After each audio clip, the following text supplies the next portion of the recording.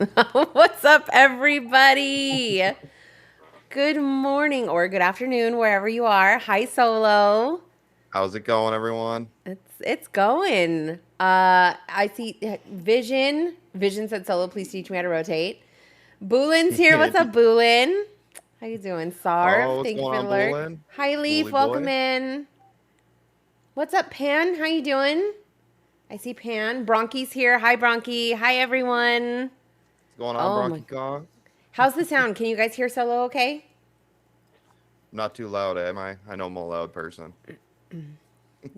You're probably one of the quietest, like most soft-spoken people that I know. Hi, Panda. Oh, thank you for the shout out to Squirtle. I did see Squirtle lurking earlier. He's good. Okay, fantastic. So we're using the Twitch guest star feature. I'm gonna get rid of these. Ow! Why are you like this? Squirtle said So I'm. we've been getting this ready for like the last hour, and like within 5 minutes of getting ready for this, Crunch's cat decided to just take up a spot on her lap. So Yeah, he's doing the most right now.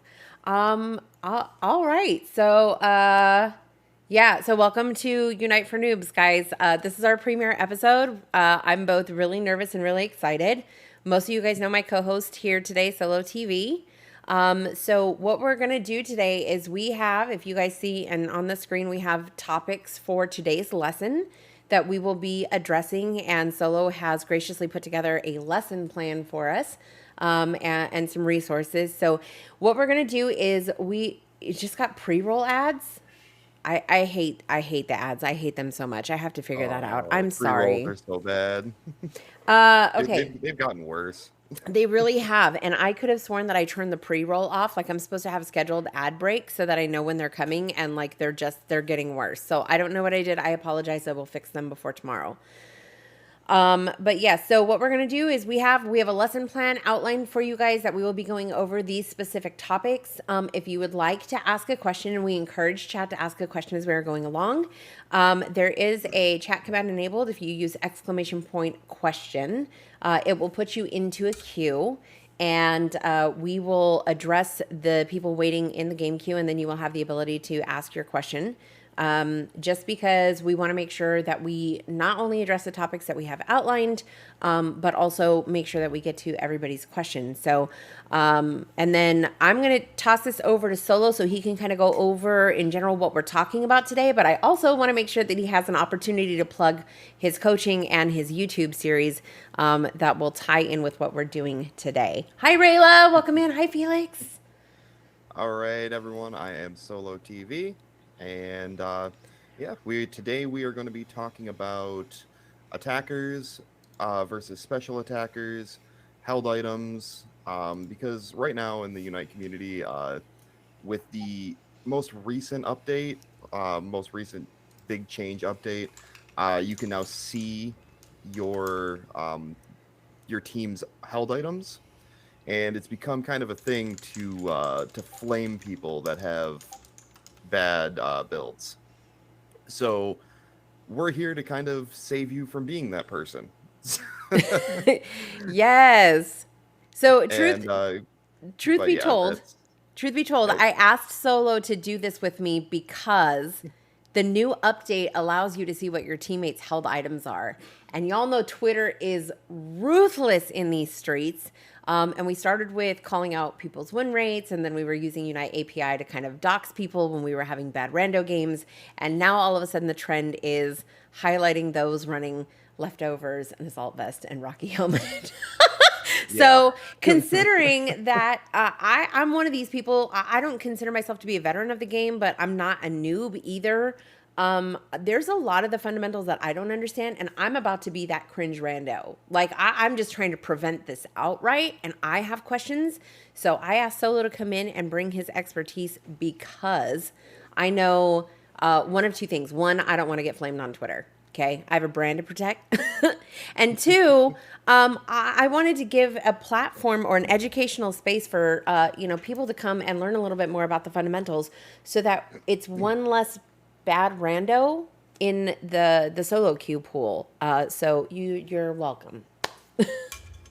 Yeah, so basically what I've learned with a lot of people is they want to ask questions, you know, but they kind of feel like it's something they should know, and they feel almost embarrassed to ask. So Crunchus and I wanted to create a space that people could come in and ask those questions without feeling embarrassed or getting, scoffed at or anything like that. So, Exactly.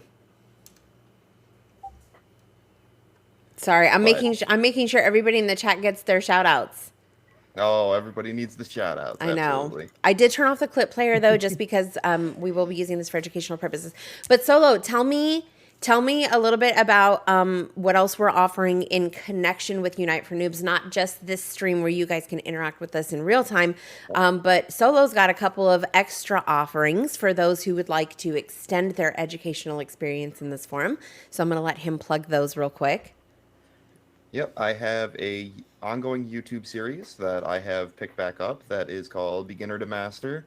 I go over pretty much everything that you can possibly need to know it for Unite. Um, and because I am now doing Unite for Noobs with Crunches, I'm going to be kind of releasing them in tandem with the lessons that we're going to be teaching in Unite for Noobs. So right after this stream at 3 p.m. Eastern Standard Time, my video is scheduled to release on my YouTube channel for held items and stats. And basically, it takes everything that we're going to teach you here and condenses it down into like a bite-size 15-minute portion, so that if you ever need to kind of reflect on any of the stuff, or like reread any of the stuff that we have here, it's there and available for you. And And then also, I am going to be offering coaching for beginner to intermediate players. Basically, people that want to know more about the game, that are aiming to be better, but are kind of newer, or feel like they're at a plateau, that they need like that little extra insight to push someone or push them over the edge and kind of get to that next level. absolutely. So, really exciting stuff, guys. I just think that there's so many different resources that we should be able to take advantage of. And SoLow has graciously offered both his time and his expertise as a former competitive gamer. And let me tell you, one of the most analytical brains that I've ever met in the game, but also the ability to break things down to a level in which my simple ass can understand them. Yes, So, that's another thing. I am Crunch's former coach, so the PTSD is real. Um, yeah. So, if you guys do have questions, it is chat command !point question, just the word question. I thought it would be hilarious to do an exclamation point and then a question mark, but my bot did not like that very much.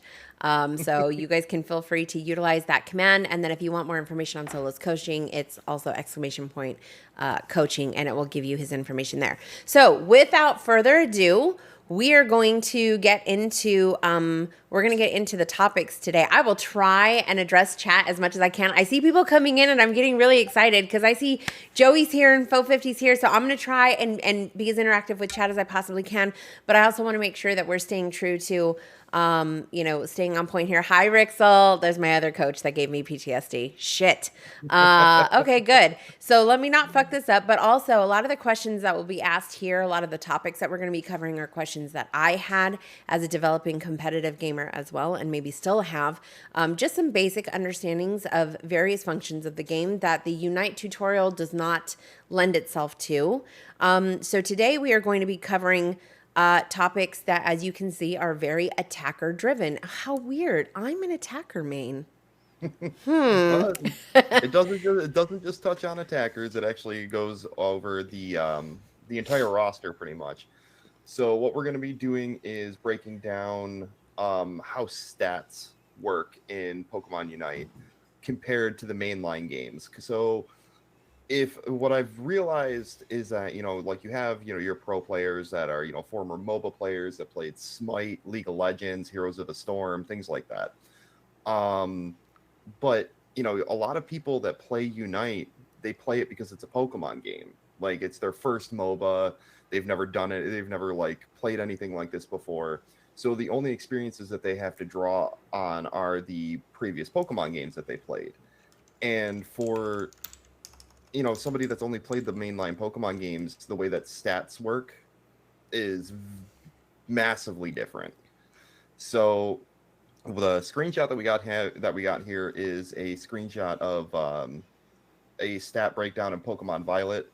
I gave the Charizard that I have all of the moves that it can get in Unite. So the way that it normally works in the mainline games is that moves like Flamethrower and Fire Blast. Oh my God! Okay, it's happening. Everybody stay calm. What's the procedure, everyone? What's the procedure? Stay calm. Wait. Calm down. No. Physical attack move, so it'll. Nanira90 raided my stream with 12 viewers. So, that 183 that it has. But the thing is that that's not how it works in Unite. In Unite, you're either a physical attacker or a special attacker. Oh my God! Okay, it's happening. Everybody stay calm. What's the procedure, everyone? What's the procedure? That or the other thing. It's just calm down. You're pulling off of one stat the whole time, and I feel like Stargirl 245 raided my stream with 3 viewers. You see them using items that they think are helping, but they're really doing nothing for their character. So we actually have a really good resource for this in Unite. It's called Unite DB. I'm sure Crunchus will put it over in the notes over there, the website to go to. It is probably one of the best resources available for Unite. It's made by the people over in the Math Cord. And yeah, it has a breakdown for pretty much everything. So if you could pull that up for me real quick, Crunchus. Which one? Unite DB. Got it. I'm listening. I'm paying attention. I promise. we got double rated, and so real quick, Sarv said he couldn't hear over the raid notifications. I apologize, guys. I will try to turn that down as best I can. But Sarv, which part did I think it's hard to ask which part he missed. Oh, well, what part did we miss? I don't know. We literally just got back-to-back raids, so whatever we were talking about in terms of the stats. So the noises kind of drowned me out a little bit. Sorry about that. Let me see if I can turn them down a little bit. I think it's just coming from the system. Yeah, I apologize. I'm probably not being loud enough, which is like, if you ask Rixel, that's like insane.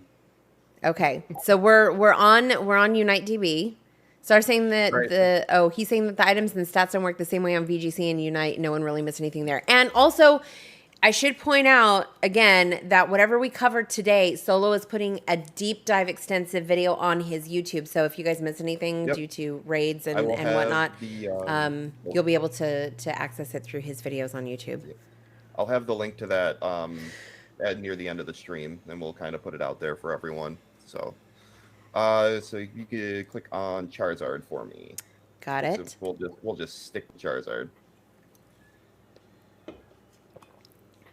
All right, so just throw them all the way up to level 15. Now, if you look under Charizard, it says physical attacker. So what that means is that everything that he does is going to pull off his attack stat. But the problem that we're also running into is that he has a special attack stat. But the thing is for no reason. Nothing he does in his entire kit pulls off of that special attack stat. It's just a useless number that exists.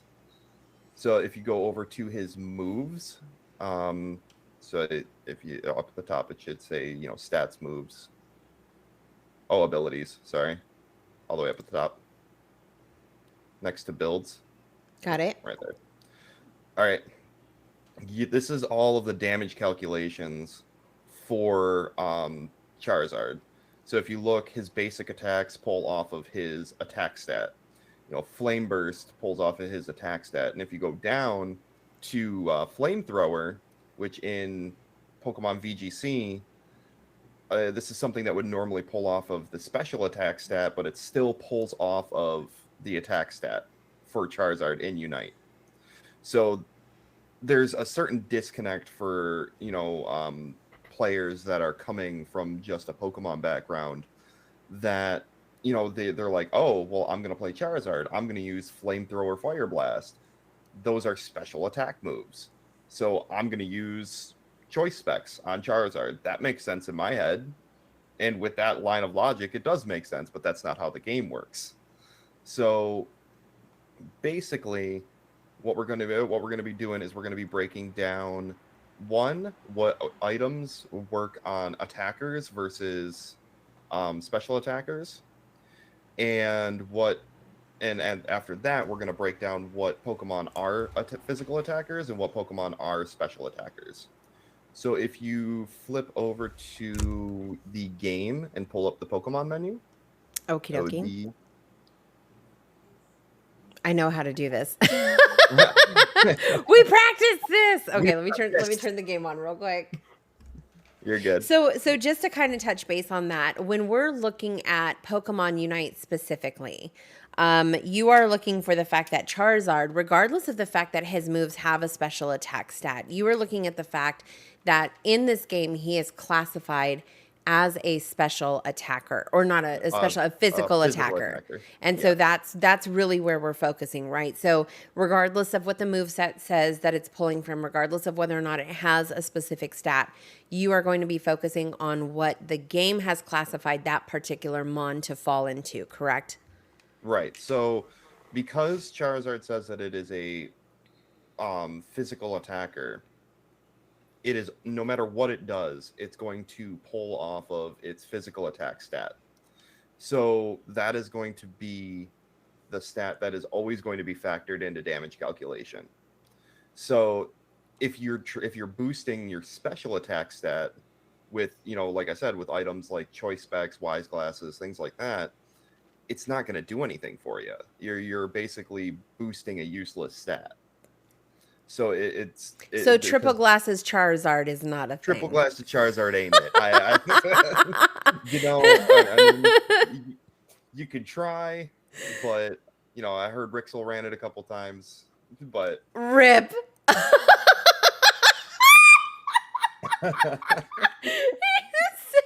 the fuck? Way to put me on. I didn't say it. He did. But, listen, right, I didn't name names, okay? All right, so if we go over to the Pokemon menu, and if you go over to, well, we can actually just stay on Blastoise. Okay. So Blastoise is classified as a special attacker. Everything that it does pulls off its special attack stat. So if you look right above the Hollowware, where you pick the Hollowware, it says ranged attacker and a defender. Mm-hmm. So right above that, it says special attack. That is going to tell you, when you go through this menu, what stat that Pokemon is pulling off of. Okay. So if you go over to Charizard, it's going to tell you that it is a physical attacker. It's just going to say attack, but okay. Yeah, so that pulls off of its physical attack stat for everything. So then going back to Blastoise, my first question is, as a ranged defender, you would run special attack items on him? Yes, you would always run special attack items, because if you ran something like a let's see, if you ran something like the attack weight, mm-hmm. it would do nothing for it. So it would basically like literally do nothing for any of your moves. It wouldn't help with water spout. It wouldn't help with hydro pump. It wouldn't do anything. Like, you would be boosting a stat that literally does nothing for it. So like I said, on the flip side, if you have special attack specs on Charizard, it's also not going to do anything. So the thing is that this is something that the game does not expressly tell you. Mm-hmm. This is why we're seeing this discrepancy. Like, obviously it's become a problem because people post these builds online all the time. Look at what my teammate had. Oh, they're running this on a physical attacker, they're running this on a special attacker, and it's like, I feel bad for those people, because it's not that they're doing it to throw. They're doing it because they don't know, because the game never tells you. So that's why I kind of wanted this to be our first episode, because I feel like this is something that a lot of people run into. I think it would be very helpful if they made it so you can't just put attack items on special mons and vice versa. Pan, you would think, but I think for them that's giving people the ability to kind of wild out, as the kids say, maybe and try something nutty. But I also think that what SoLow touched on is very important. And so when we were originally putting this together, one of the conversations that we had is that there's a lot of folks that are coming over from, let's say, a VGC standpoint that are trying to apply the same principles here in this particular game, and it doesn't match up. So even if you were let's say top tier VGC gamer and you came into this particular MOBA applying those same principles and strats, it wouldn't pan out for you.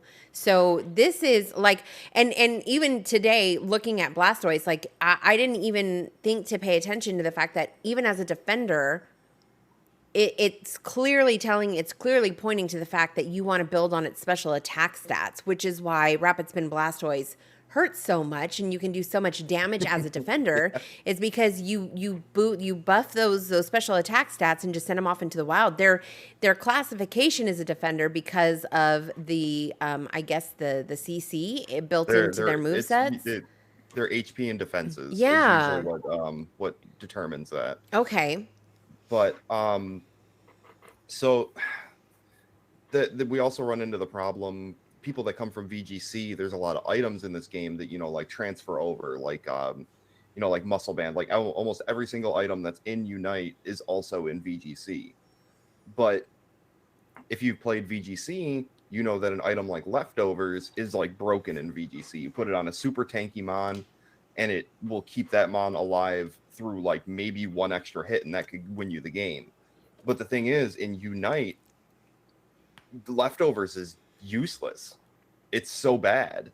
But people, that's not what Mr. What's his name said. I'm sorry. Like, but the thing is like people coming over from VGC, like they see Leftovers and they're like, oh well, it's good in that game, so why wouldn't it be good in this game? And the thing is that it tells you in the description, it goes, oh, when you're out of combat, you start healing. They don't tell you how long you have to be out of combat for that to even start proccing.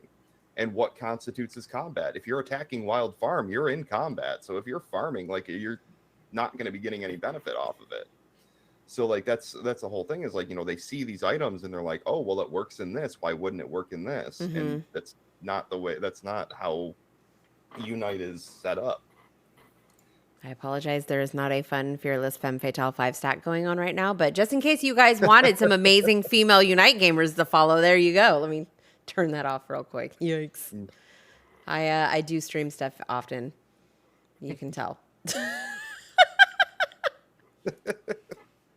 I'm not part of the Femme Fatale, sorry. No? I know. Rip. I know I got a pretty face, but that's about as far as it goes. I'm sorry. We'll find a spot for you. But now if we wanted to, we could kind of swap over to the tier list. Okay. Which one? And I can start on that. I have an item or I have an special attack sorter. Oh, just the items first. We're gonna do the items first. Oh, we get to do a tier list. I'm so excited. So, I see Spraggles do this all the time, and I wanted to do one. All right, so you're going to go down to underneath it. It'll say presentation mode. A little lower. There you go. Nice. Tier list.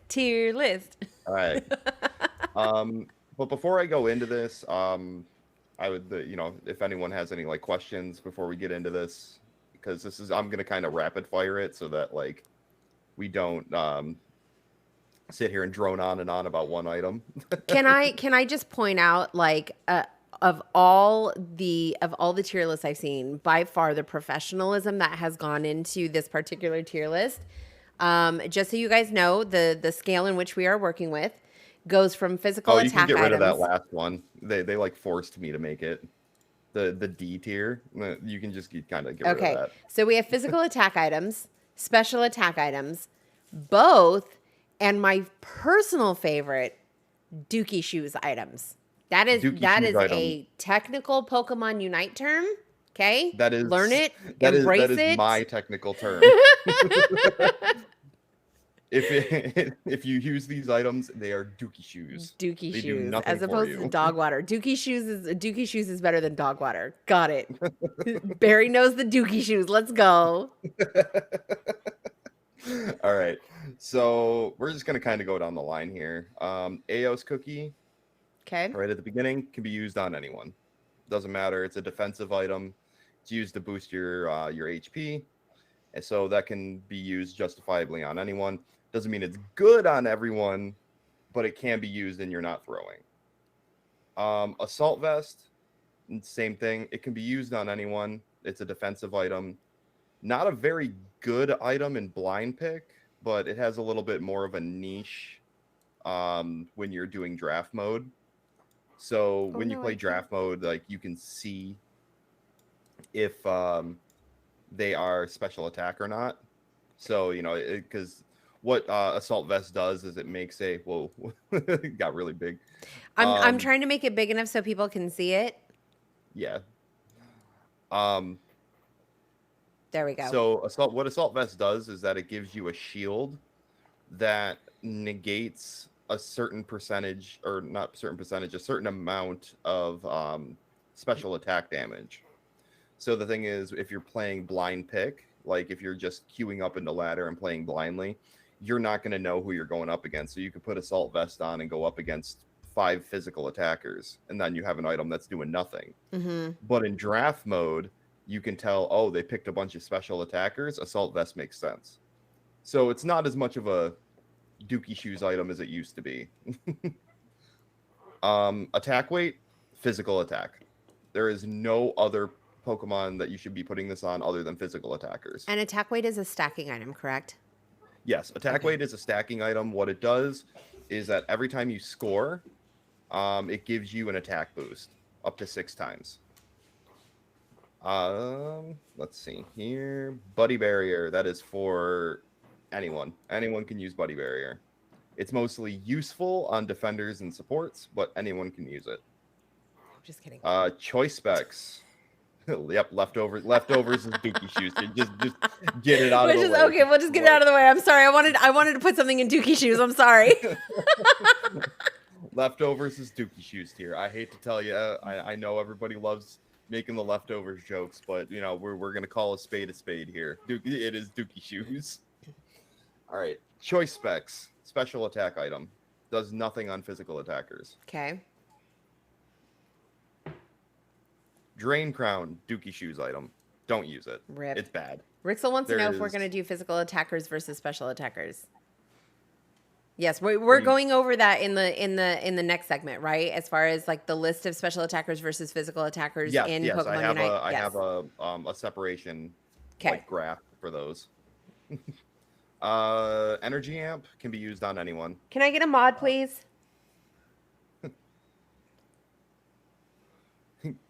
Mod? Thank you. Oh. All right. Energy Amp can be used on anyone. It's perfectly fine.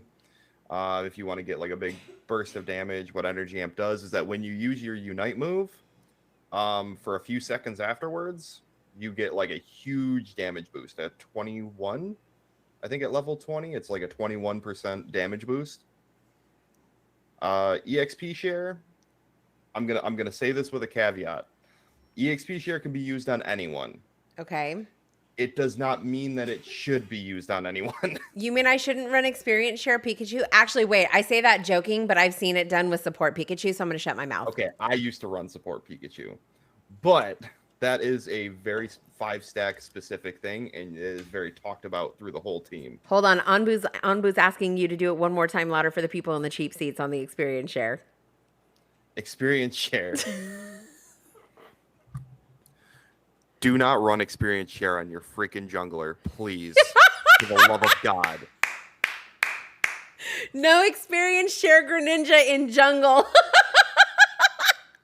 Support Machamp. Oh my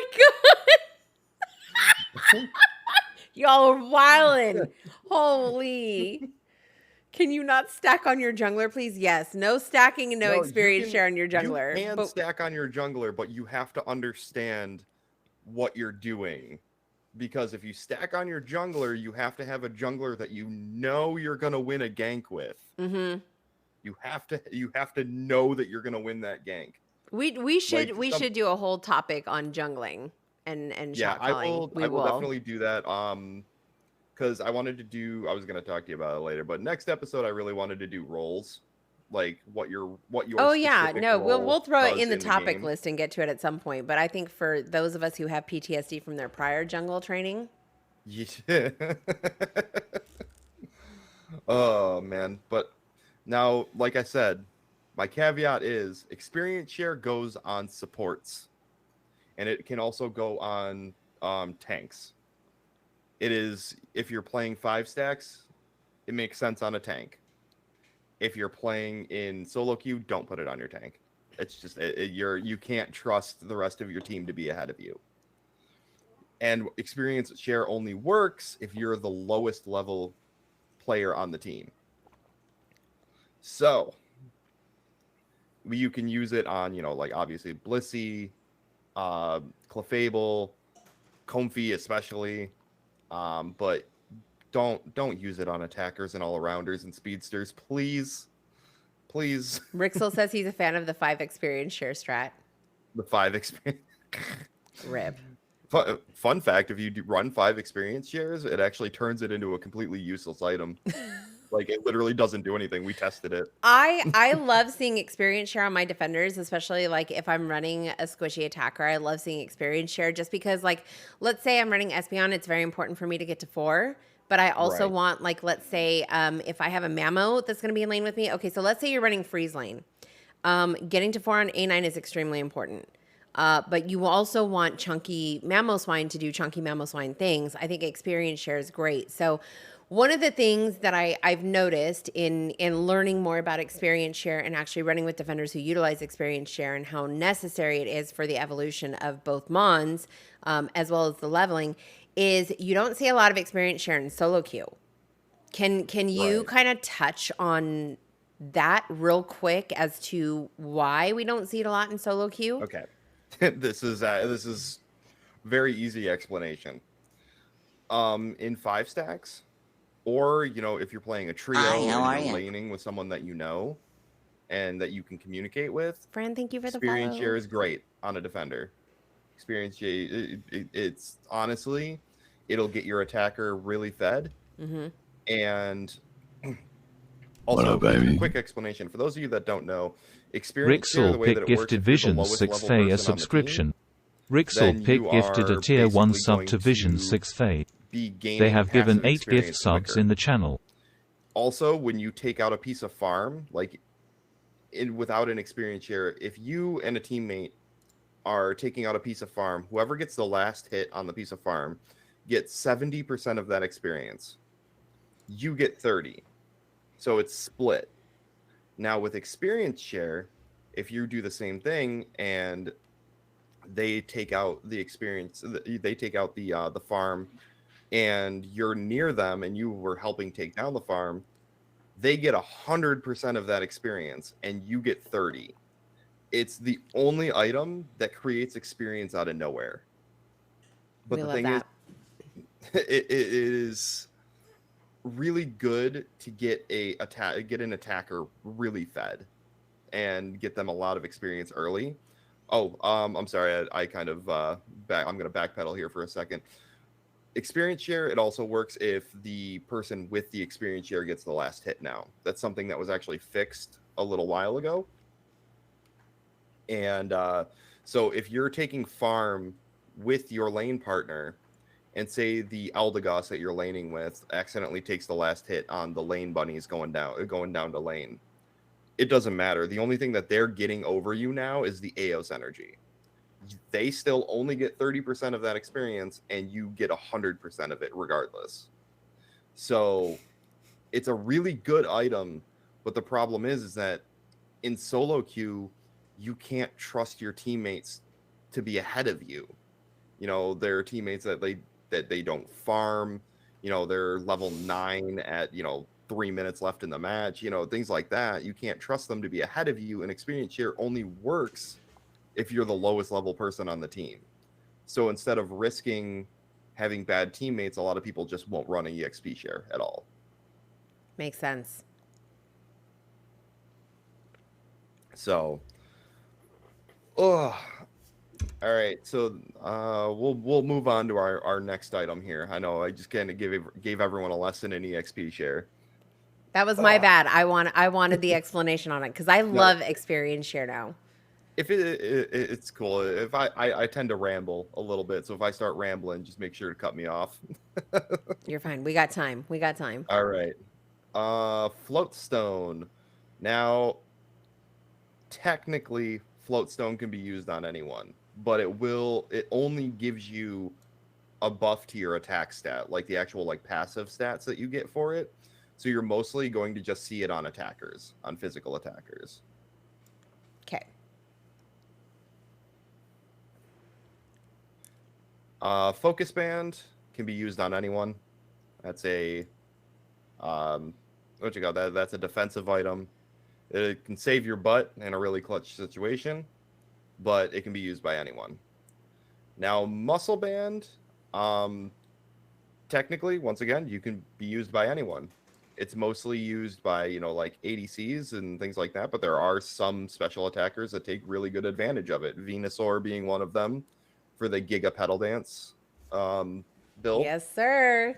Muscle band is really good on Venusaur, so it can be used on either side. Rapid Fire Scarf, you're mostly going to see that on ADCs and physical attackers. Technically can be used on anyone. It's not going to hurt to put it on a special attacker, but it's definitely not the best choice. So I kind of, relegate that to physical attackers, unless they decide they want to put a special attacking ADC in the game. Then it would make sense. But all the ADCs that we have in our game, and for anyone that doesn't know, ADC stands for attack damage carry, which is like, Cinderace. Basically, any Pokemon that you press A lot and just sit there and shred the enemy team. So like Cinderace, Greninja, Decidueye, Duraludon, Fairy Nine. Those are all ADCs, attack damage LD carries. crying in Rapid Fire Scarf. Okay, listen. Eldegoss is the exception. Mm-hmm.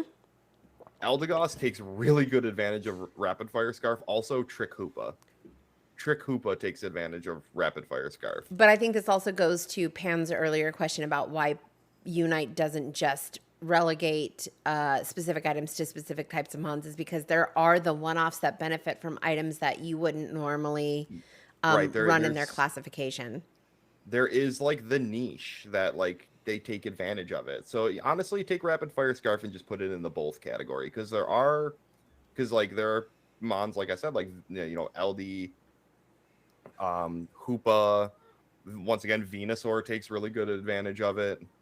I played against a Wigglytuff that had a Rapid Fire Scarf on, and if anyone doesn't know, Wigglytuff's boosted attack spins you around, and I got spun in place like 5 times.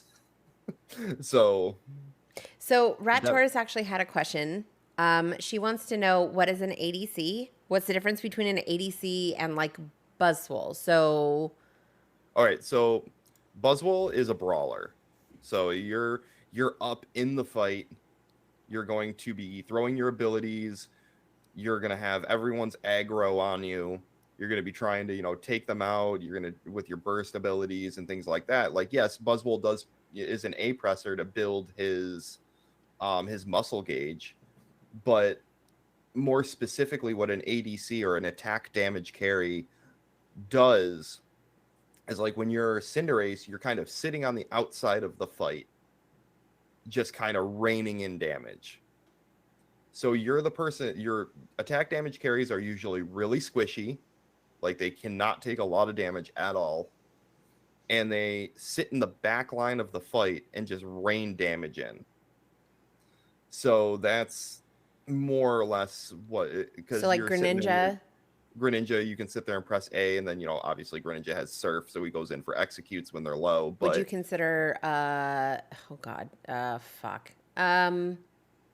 Decky Dewey? Is he an ADC? Decidueye is an ADC, yes. Okay.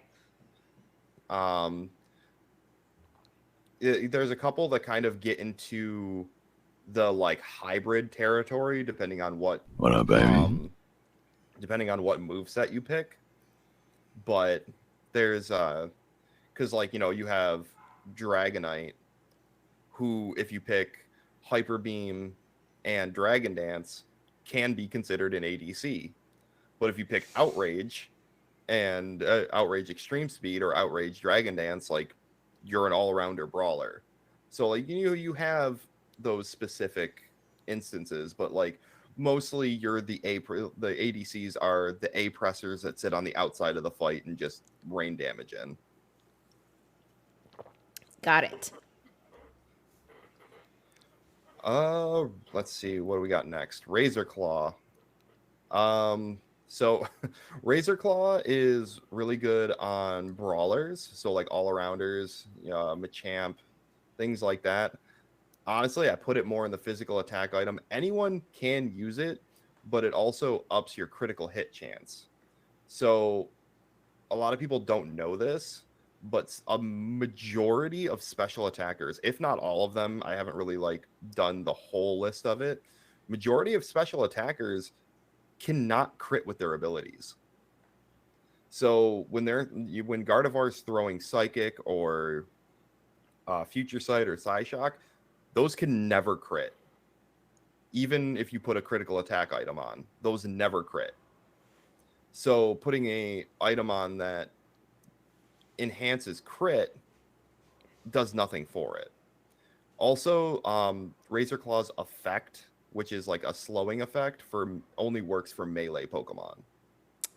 So okay. And almost every melee Pokemon is a physical attacker. See, these are things I did not know. Like I have, and I don't know about the rest of you guys, but like sometimes my brain, like I'm a very hands-on learner. So I can read everything on Unite DB and like from a book perspective, it'll make sense. But the second I get into the game, like things have to be like explained to me the way that they're being explained now. Like I specifically remember SoLow and I in a one-on-one training session where you were breaking down Azu and Aquatail and how it works and how it crits and what its passive does. And for me, that was more effective than just going on Unite DB and learning. So even right now, I just learned something new about Razor Claw. Right. That's there are certain things like, because there's not a list in the game of like, can this move crit? Like, because certain moves, they never crit. Like I said, certain moves never crit. Certain moves give you a higher critical hit chance. Like Absol's moves are a really good. Absol's moves are a really good example. They give you a super high boost to your critical hit rate. There's a move, Cinderace Blaze Kick, always crits.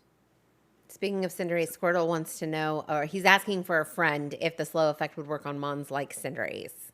The slow effect does not work on Cinderace because it has to be a melee attacker. Okay. So, when you jump in and Razor Claw procs with a melee attacker, it puts a slow on the Pokemon that you attacked. So using it on Cinderace wouldn't be the same thing because they're not a melee. Nope, they would still get the increased critical hit chance. Got it. Razor Claw on Greninja melee basics. That one is actually really specific, and I never thought about that. I would actually have to ask Kyle about that. That's that one. I don't want to give an answer because I don't want to be wrong, but I feel like it would because he's kind of like a hybrid character because he's ranged and basic, or he's ranged and melee.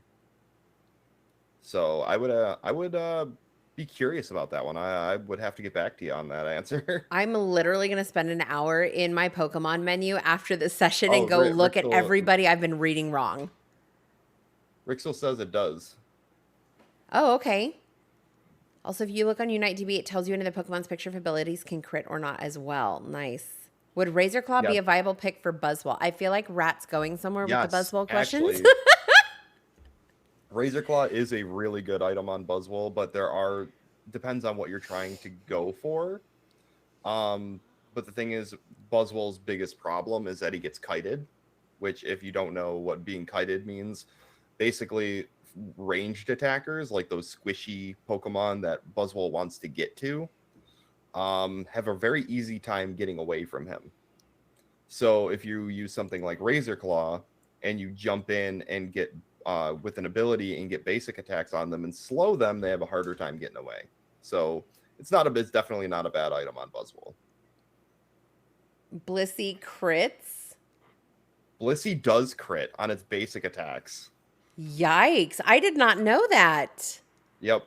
Basic attacks can the only thing on special attackers that's guaranteed to be able to crit are basic attacks. Not the boosteds. Not everyone's boosted attack. Copeland's Blissey build got dude, it's okay. I'm gonna go. I'm not mad at it. But like a while, like this was like a while back. Ender posted a video that he had the wrong emblem build on Blissey, and it was like a crit emblem build, and he went helping hand and safeguard, I believe. And when he was going helping hand, it gives you constant boosteds. So he was just like critting on Blissey for like 1,000 damage a slap. It was ridiculous. Yo, if I see this in my ranked ladder climb this week, I'm coming after everybody in this chat.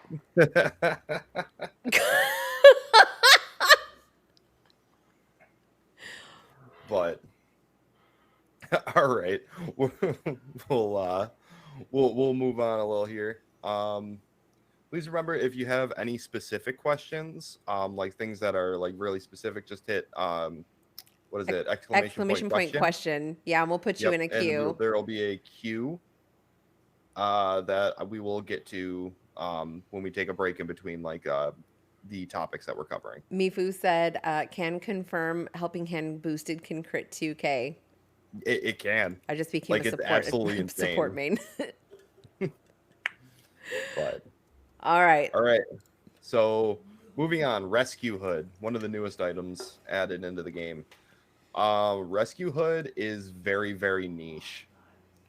It's a special attack item for the reason that all healers in the game, like every character that gives a shield to an ally or heals an ally, is a special attacker. That's, bar none. That's pretty much it. Like it does nothing for anyone else other than healers and people that provide shields. So special attack. Now I will say this: Rescue Hood is incredibly niche. It is pretty much only good on Comfy.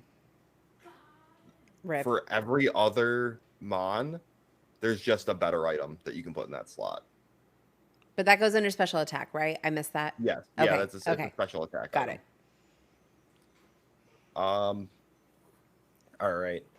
So yeah, that one's easy. That one only gets used on healers. If you want to try a couple builds with it, you want to try it with Blissey and this and that, and you feel like you're getting any type of benefit out of it, feel free to use it. You're not throwing because of it. There's just always a better build. All right. Rocky Helmet, Dookie Shoes item. Don't use Rocky Helmet. Heard. Never use Rocky Helmet. It is terrible. Like, everyone thinks, for whatever reason, Rocky Helmet is like the greatest thing in the world. I cannot tell you, ever since I've been able to see people's items, I have never seen more Rocky Helmets in my life. I've been seeing a lot of Assault Vests lately, too. And that's outside of draft pick. Yeah. It's just Rocky Helmet. So a lot of people don't know that, like, what Rocky Helmet's activation threshold is. So you have to take a certain amount of damage for Rocky Helmet to even work.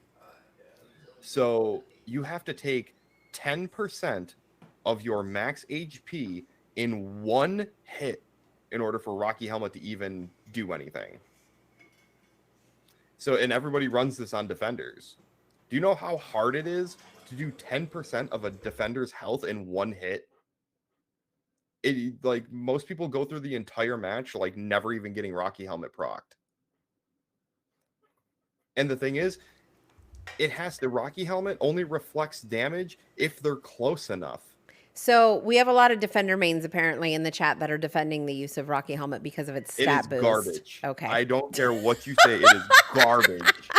Take notes, Squirtle.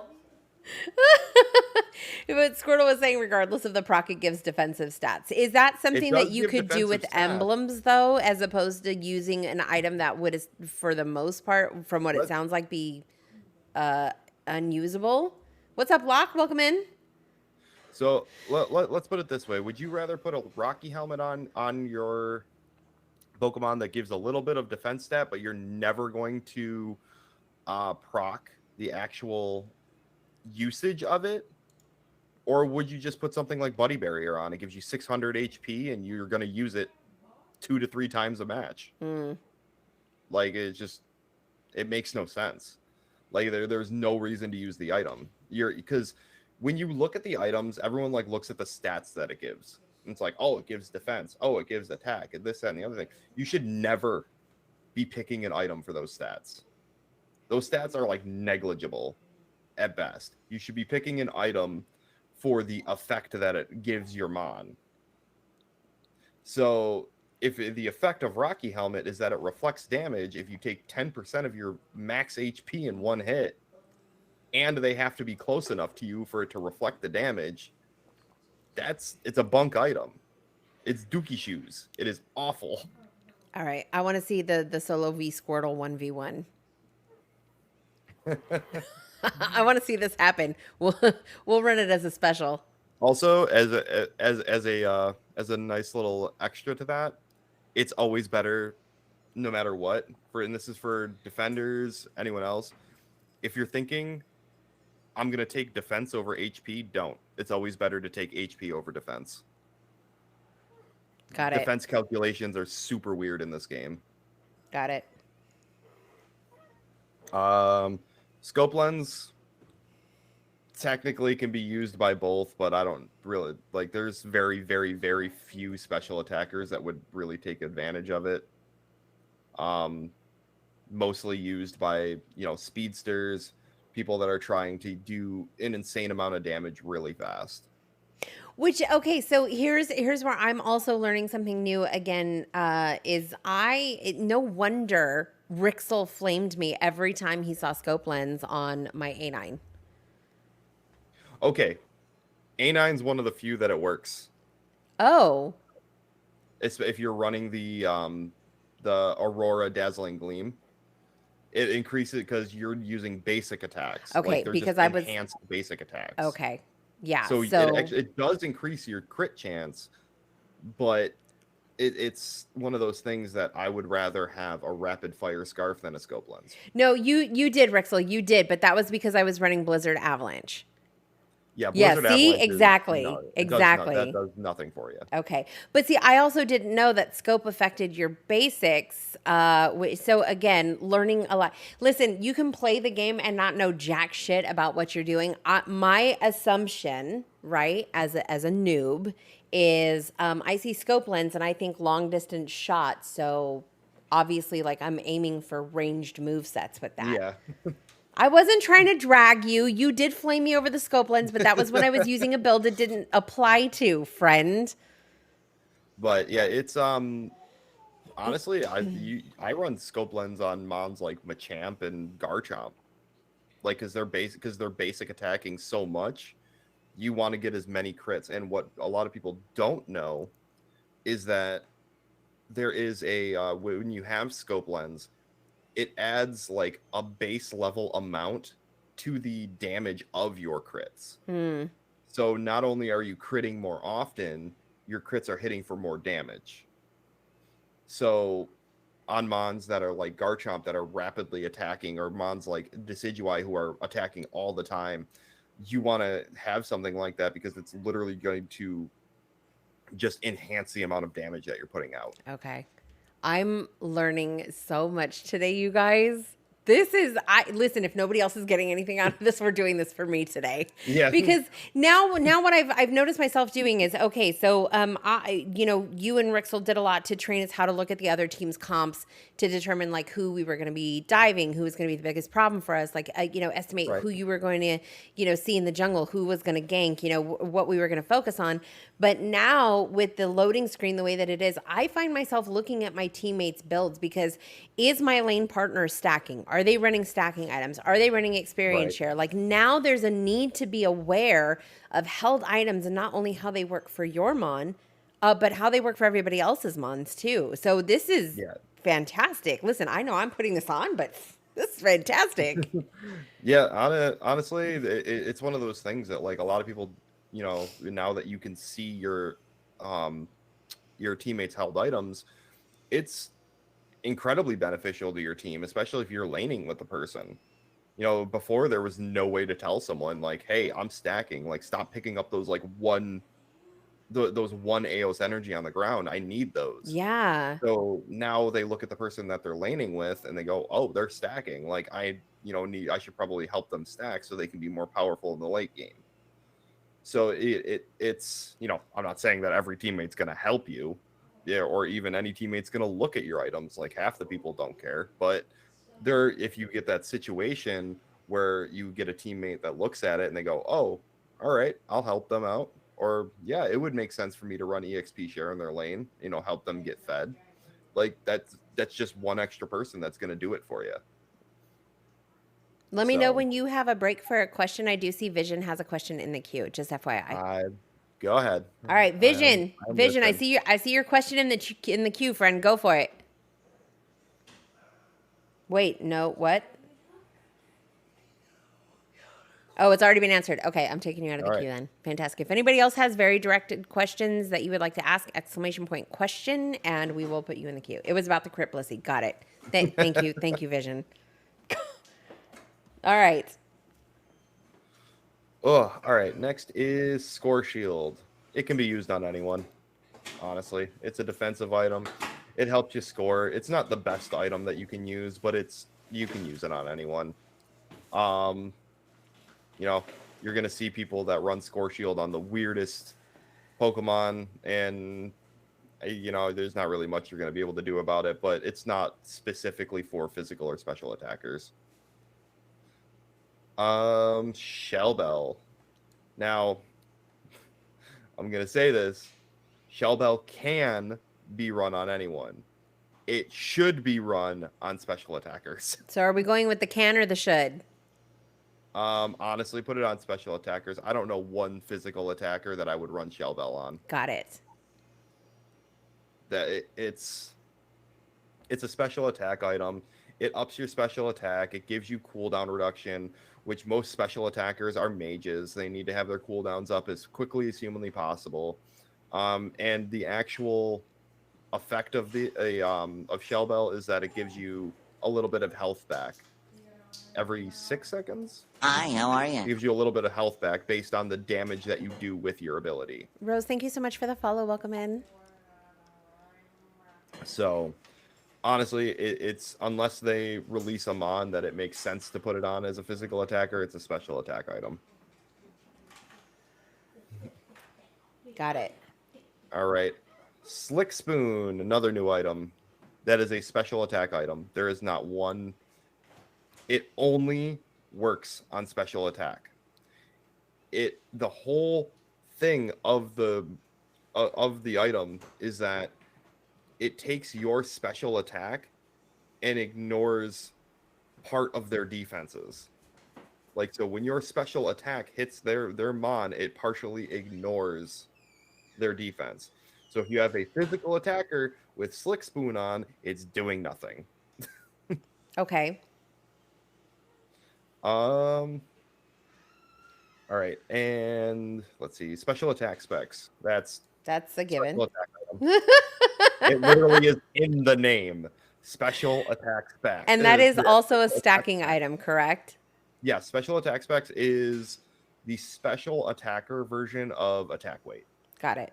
Okay. So, let's see. Weakness policy. It's a physical attack item, to be honest. It boosts your attack and your defense. It's used on brawlers. So, you know, Machamp, Aegislash, Lucario, they all take advantage of it, but they're all physical attackers. It's a physical attack item. Got it. You guys with the triple blast Charizard. I'm just seeing Rixel troll me in the comments. Not Rixel trolling in an educational space. All right, and the last one is Wise Glasses, and it's a special attack item.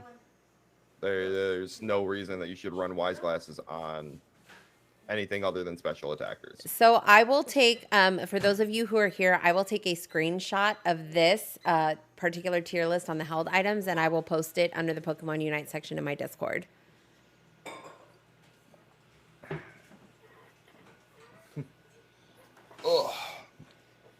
Oh yeah, Mamoswine's a physical attacker. I know he looks like he would be a special attacker, but he's physical. No, we love Rix's trolling. It wouldn't be fun without it. No, of course. Yeah. Of course, it would be no fun. We do have a question in the queue from Rat Taurus, if you're ready. Yep. All right, Rat, go ahead with your question.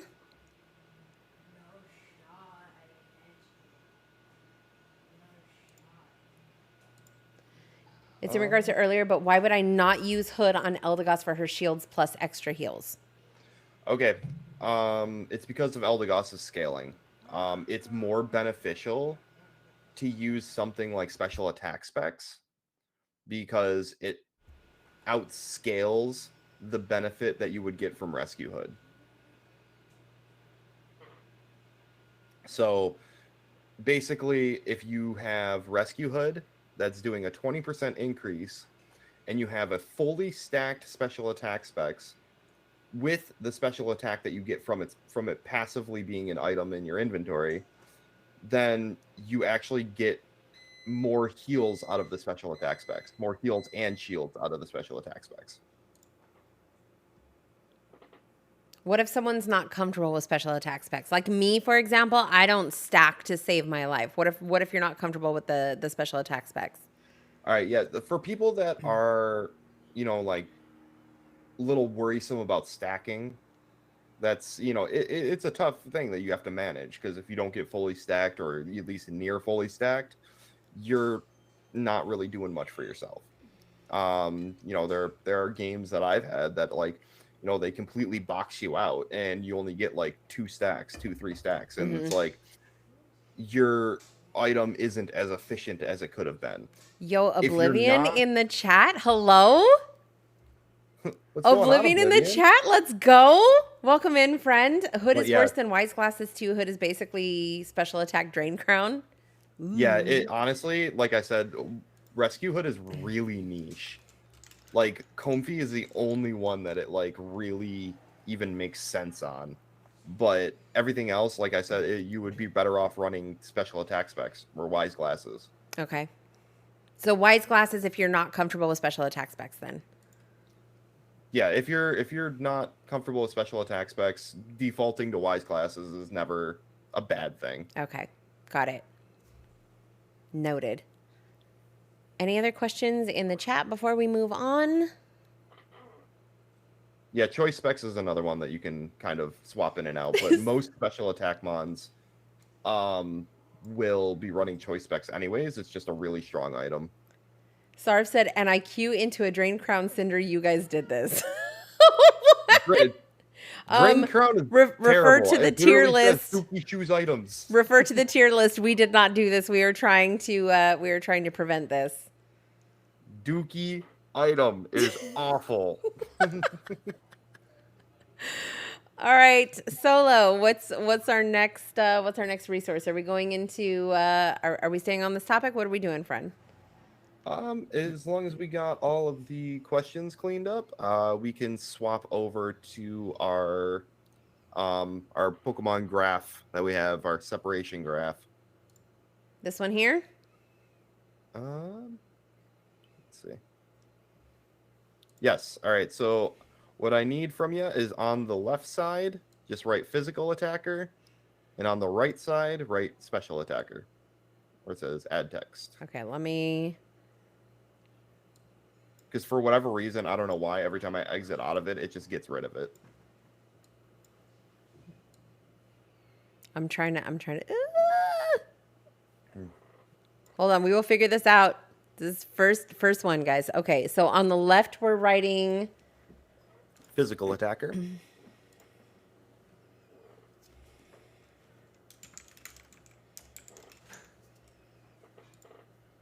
Okay. Physical attacker. I know this is going to be ginormous, guys, so just bear with me for one moment. Oh, you could have done it right onto the tier list where it says add text. Really? Yeah. Oh, right here? Oh, it's on this side right here, so we're doing what? I'm new here. So go down to the left side, click that. Mm-hmm. Just type physical attacker. Okay. And on the right side, we're doing special attacker? Yep, and the right side, special attacker. Got it. Hi, Gara. Oh, well, that works. Ta-da. Ta-da. I'm good at this. Right. You can put it into presentation mode if you want. It's not really a big deal. All right, so yeah, this is how we're going to show everyone, who's a special attacker, who's a physical attacker. No joke. There are a lot of mons that right out of the gate you would think they're special attack, and they're really not. So, all right, we'll start out. We'll kind of rapid fire this. Absol, physical. Wait, one moment. Yep. Okay. Center it out. Absol is physical? Physical attacker. Got it. Yeah, keep them crunched together because it kind of gets a little tight. Got it. I did it myself, and I was like, oh, we're running out of space. Aegislash is a physical. Okay. Yep, I'm just going right down the line. Love this. Ninetales is a special attacker. That's my girl. Thank you, Gara. I threw it together in like 20 minutes. Not me walking around the grocery store with my phone ear to learn. Couldn't be me. We love you for that, Rat. All right. Azumarill is a physical attacker. Got it. All right. Like I said earlier, Blastoise is special attack. Which still trips me out. Blissey is special attack as well.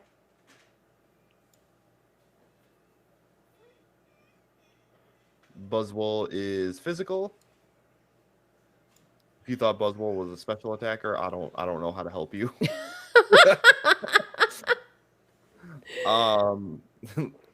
Charizard is physical.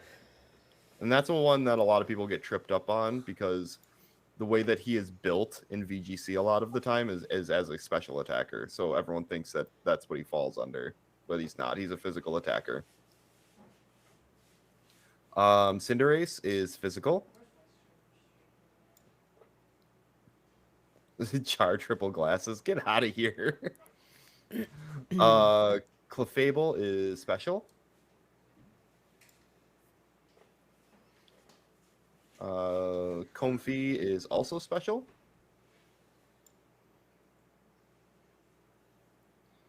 Cramorant is also special.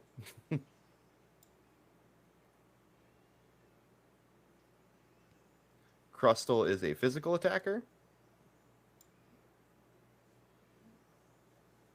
Decidueye is also a physical attacker.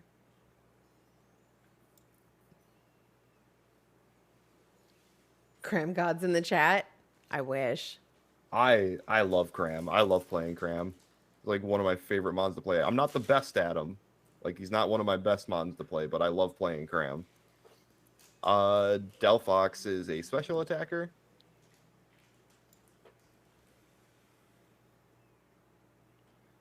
Dodrio is a physical.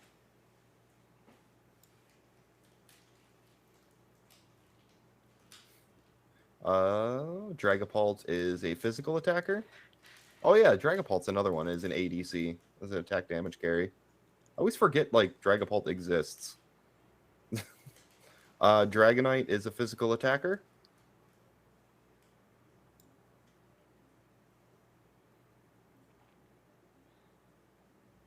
Duraludon is a physical attacker as well.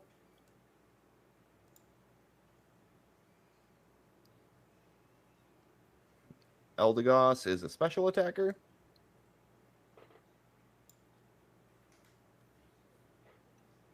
Oh yeah, Rixel, you are right. Out of all of the special attackers, so when you do basic attacks for special attackers, their basic attacks are actually draw off their attack stat. for every single one except for Glaceon. So Glaceon's basics still fall under special attack? What's up? So Glaceon's basics still fall under special attack? Yeah, Glaceon's basics, for whatever reason, I think it's because of Icy Wind, if I had to guess, like the ice shards. Okay. But yeah, for whatever reason, Glaceon's the only one that it draws off a special attack. Espeon is a special attacker.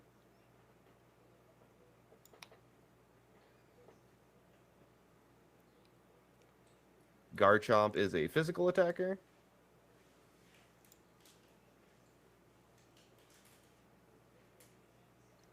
Gardevoir is special attacker. Oblivion said it's because it's the only special attack mon with lifesteal, and I think special attack lifesteal is coded for special damage only, minus Sylveon.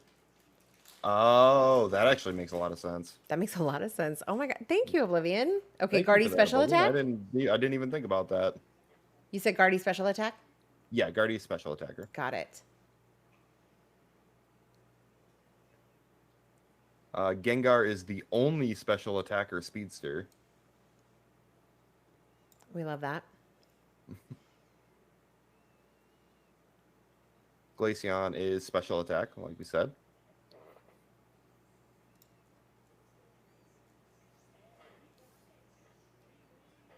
Greedent is a physical attacker. It's a lot of very chunky physical attackers. Yeah. Honestly, like once you see the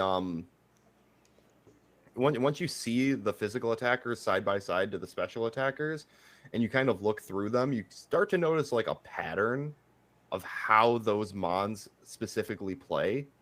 Hi, Mikey. Like you'll notice a lot of the special attackers are ones that like sit in the back and cast their abilities and are kind of like skirting around the outside of the fight. And a lot of the physical attackers, minus the ADCs, are really like up in your face, trying to, brawl out with people, things like that. Which makes sense for Blastoise now. And I'm sorry, I'm going to keep going back to Blastoise, is because he's a ranged defender. Okay, so he's a ranged defender, but he's a special attacker. So right. But is that what separates him? Is that what puts him into a special attacker category, essentially? Or am I reading too much into this? Yeah, because I guess the only other tank that was a special attacker, like actually categorized as a defender, as a special attacker, is Slowbro. Mm-hmm. And Slowbro is a special attacker, so it might be. Okay. Let's see. Greninja is a physical attacker. I knew that. No, wrong side. I knew that. Hoopa is a special attacker.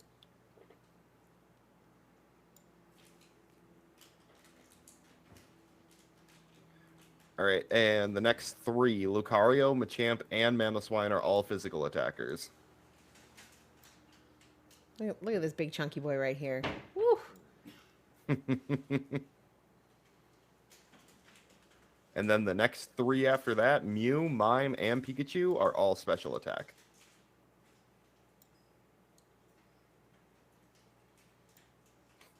Mime can throw hands. Mime has been nerfed a lot because it threw hands too well. Yeah. Yeah. Sableye is a physical attacker.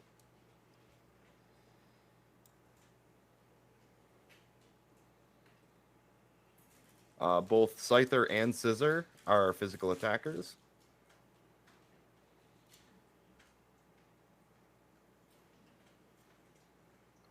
Slowbro is a special attacker. What up, baby? Oh, Smash Stats resubscribed for 6 months. 6 months of love, chili fries, and living on 1 horsepower with a dream. ILY at Crunches.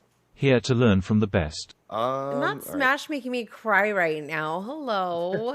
Welcome in. Also, Oblivion said Pink Blob basic autos, Blissey, Wiggly, Clef use the scale off special attack and do physical damage, but they changed it. I don't know when. That was actually a while ago that they changed that. But it was really weird, and it shouldn't have been scaled like that in the first place. But when they changed it, it actually threw like a lot of people off. Snorlax is a physical attacker. The big chonky boy. Sylveon is a special attacker.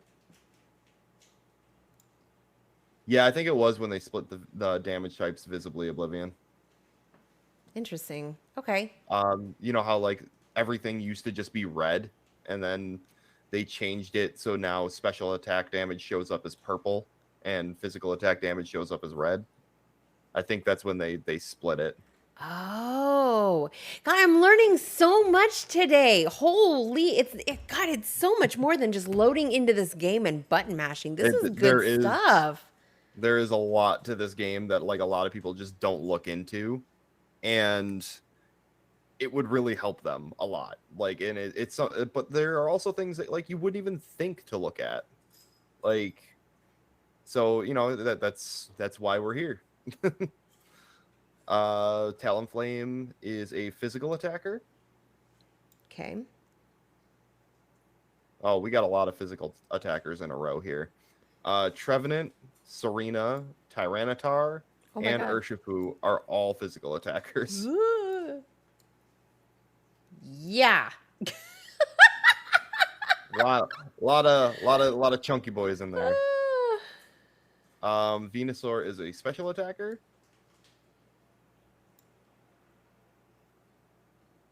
What's up, Chris Villains? Welcome in. Wigglytuff special attack. We do need more mages. And then the last three, despite what you might think about Zeraora, all three of those are physical attackers. I'm not surprised. Look, wait, I made him. I made him fit. Are we gonna do it? Yeah, woo, go me.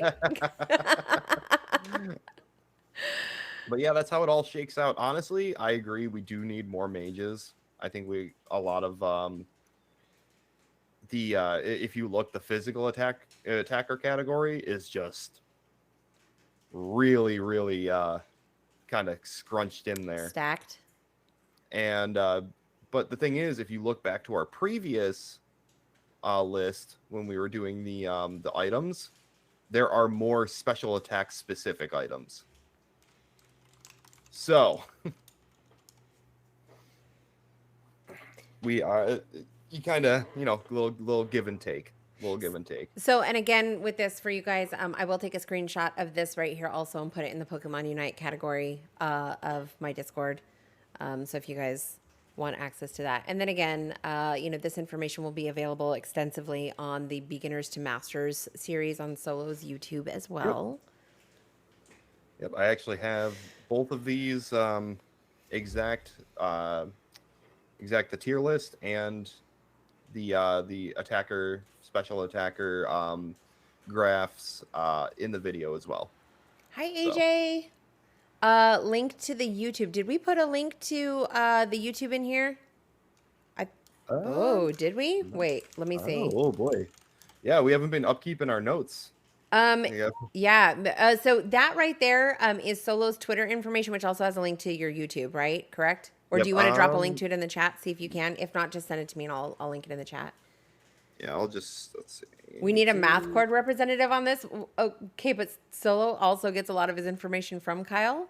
We may, just so you guys know, because this is our first episode, this is limited to what resources we could come up with, but there may be expansion in the future where we do bring co-presenters in with us that are specialized in specific pieces of it. But yes, I think bringing math cord representatives into this series would be massively helpful, especially when we start talking about things like emblem builds. Crunches doesn't take notes. It will be implanted into her brain. Thank you. There we go. I appreciate you. That is my links. YouTube. Good job. Math cord people are big brain. I don't know how they do that. Facts. I don't have the brain capacity for it. I honestly, like, I've helped Kyle with some of the stuff that that he's done for the math cord, and I'm like, dude, how do you do this all day? Like this, I'm like, we did it for like probably like an hour to 2 hours, and I'm like, dude, my brain is like numb right now. I was like, oh god. So Ninera, when they release patch notes When they're going to release like new emblems, when they release new mons, when they release patch notes, and you're looking at things that are being buffed and things that are being nerfed, everything that's in Unite DB where it shows the scaling on specific stats, they are the people who will sit and mess with the numbers in situational aspects to come up with the actual stats that are presented to you. So what they do is they nom all the information, put it into practical application, and then regurgitate it into numeric formats that our brains can tangibly absorb and put into play in this series. That was all the caffeine I have in my system for today. Thank you very much for being here. No, just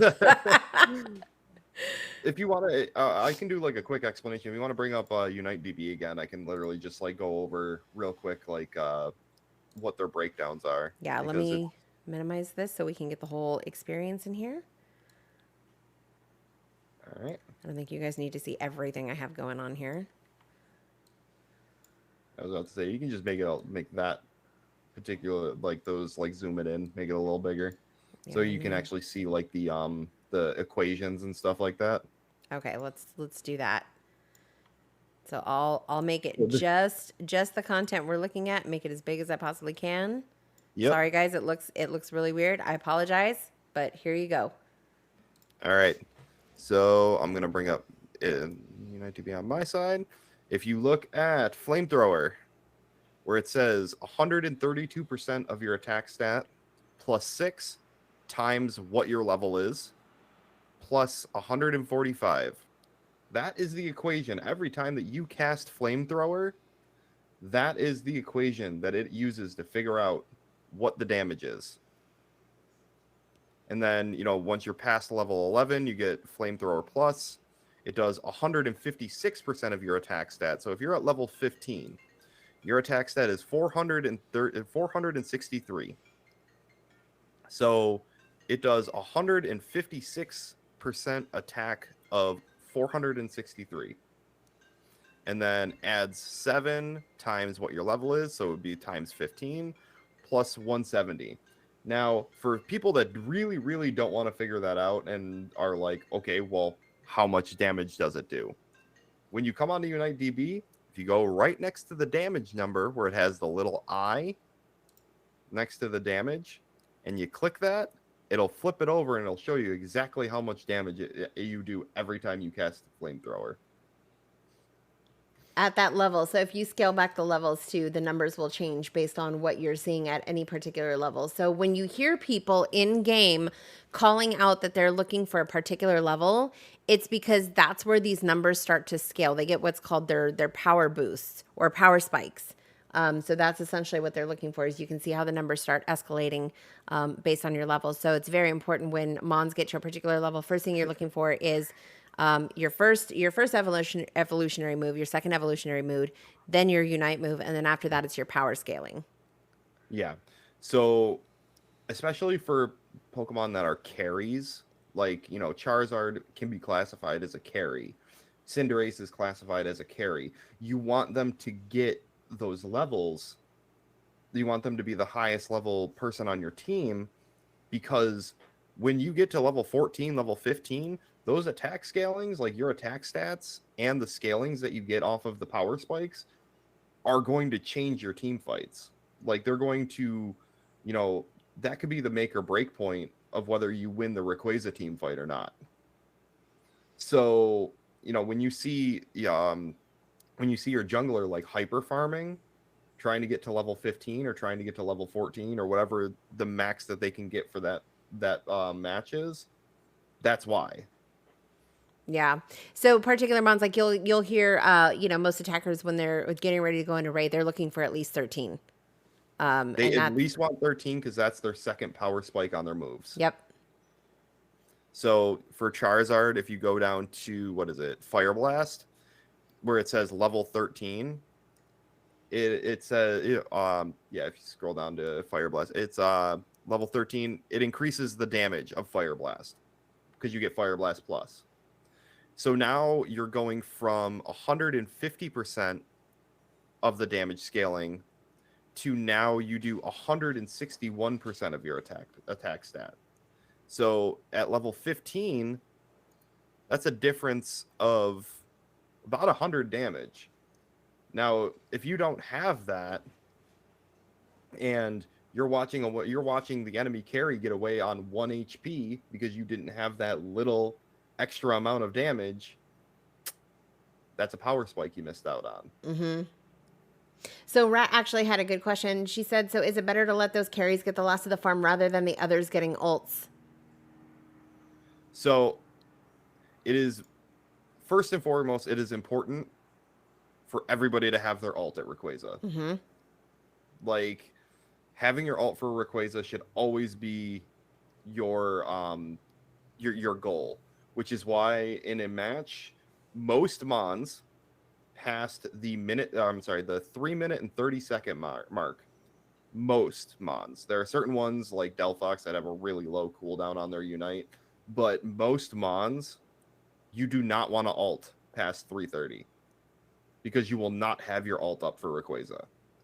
Now, if you get into a situation that, you fat fingered your ult and you accidentally did it. I've done that before. If any of you say that you've never fat fingered your ult, You're lying. I'm calling you a liar right freaking right? now. Anyways, it is really important to let them get their Unite move back, or at least get close to it. But you also don't want to do that at the expense of your jungler getting 13, because like Oblivion said in the chat, the stat increase from 12 to 13 is massive. If you even just look at Charizard going from level 12, his attack stat is 346. You go to 13, it hops up over 30 points. So, you're getting, and then you're also getting that damage increase from level 13 on Fire Blast. Mm-hmm. So you're getting even more damage added into it. So it's like that's a huge power spike that you don't want your carry of the game to miss out on. Vision wants to know if it would be the same for Zera. Poor Zera. He always gets so trashed in these updates. I feel bad for Zera mains. All right. Hi, Mac. I'm so sad because I don't know why Zera is the only one that gets shafted on leveling. Every time. And it's so bad because in order for Zera to get its plus move, it has to hit level 14, which sometimes is not achievable as Zera Aura. Like, it's tragic. Honestly, Zera is a tragedy. But the thing is, if they lower all of its levels by 1, Zera automatically becomes an insane meta pick because of Wild Charge. Facts. Wild Charge makes you invincible during the entire time that you're using the move. So it's, you avoid, like, how everybody, like, there's been like 8 videos lately that's been people complaining about CC and how much CC there is in the game. You get a Zera Aura that's in the meta that can avoid CC for X amount of seconds. That's immediately a meta pick. Mm-hmm. I'm just wondering if they keep it that way to keep him as balanced as possible, because I'm looking at damage on initial hit, just based purely off of Wild Charge, and that's 1519, which is higher than you gotta most remember, numbers. Zera's a speedster, so he's an assassin. Mm-hmm. He's supposed to get into the fight, do a crap ton of damage, and then get out of the fight. For experience share, Zera meta Inc. incoming. Oh God. Yeah, but the thing is like, what they're afraid of is that they're going to scale back his levels, mm-hmm. and then he's just going to be a menace. Like that's what they're afraid of. Yeah. But the thing is like, if they scale back his levels and then maybe see how he does, and then if he's doing too much damage, you just scale back his scaling a little bit, then I think he'd be perfectly fine. He would have his place, and you wouldn't have to worry about him just like steamrolling people. Yeah. But they're completely fine both letting Zacian just run fucking rampant in the game.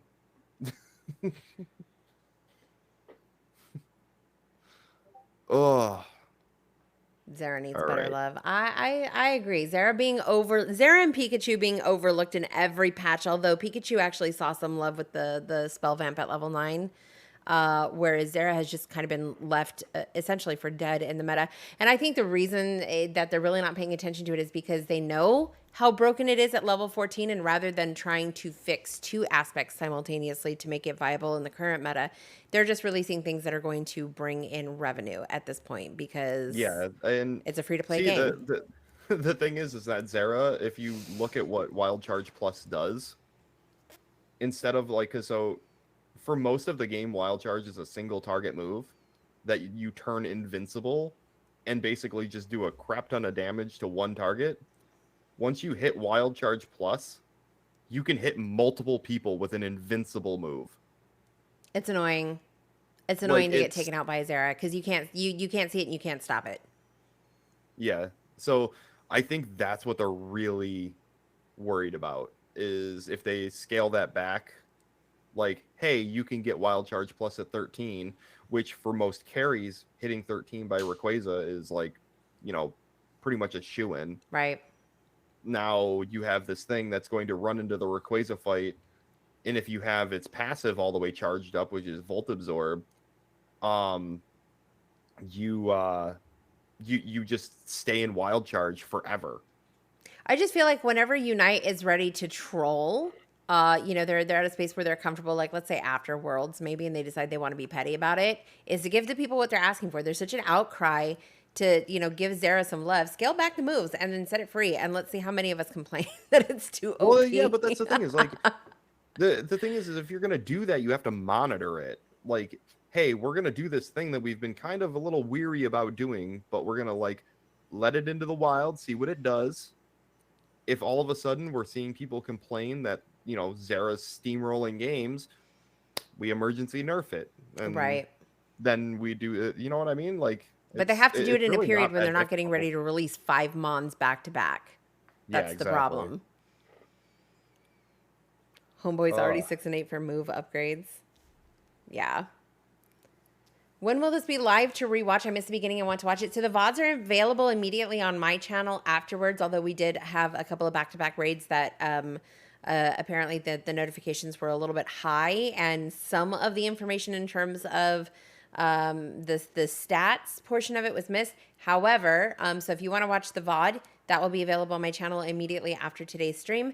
And then SoLow, what time is your extensive course going live on today's topic on your YouTube? It will be live at 3:00 in the afternoon on Eastern Standard Time. So in about 24 minutes, you guys can go over to SoLow's. I have it set to post automatically. Nice.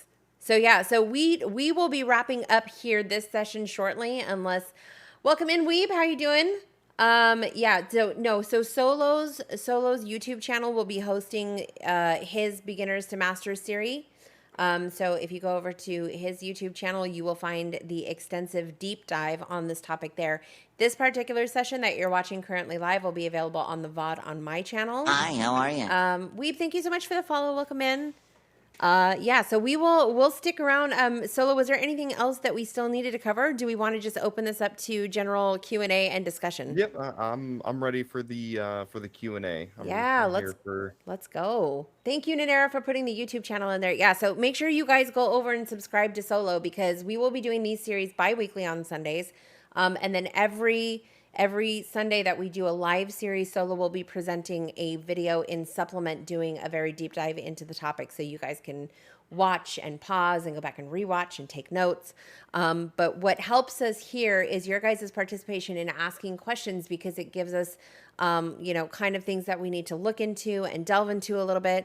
And really kind of focus on. So like earlier we were talking about junglers, and I don't think that was a topic session that we had written down. So we will now be adding a topic session on jungling, being an effective jungler and shot calling. Anbu, what's up, friend? Yeah, GG's yesterday. Yeah. Also, yeah, to go back to Squirtle's point, Pikachu is totally fine. Pikachu's totally fine. Oh, Pikachu is perfectly fine. It's not like it's not the most meta pick in the world. But the thing is like, you have certain characters that are really good in solo queue, and then you have certain characters that are really good in fives. So facts. Pikachu kind of finds itself in, like, if you build a comp around it, You can make it work in 5s, but if you pick Pikachu in solo queue, like it's fine. You're gonna do all right as long as you understand that you have no mobility. Like you're fine. Yeah, it's always good if you intend to run Pikachu in solo queue, and this is what I do, is wait for your team to select the comp first. Because if you go in and you pick Pikachu and you get a lane Greninja with you, it's really not going to work out to your benefit. So you want to make sure that you either have, you want to make sure you can have somebody that can get out in front of you, so you can basically just play follow through with your move set.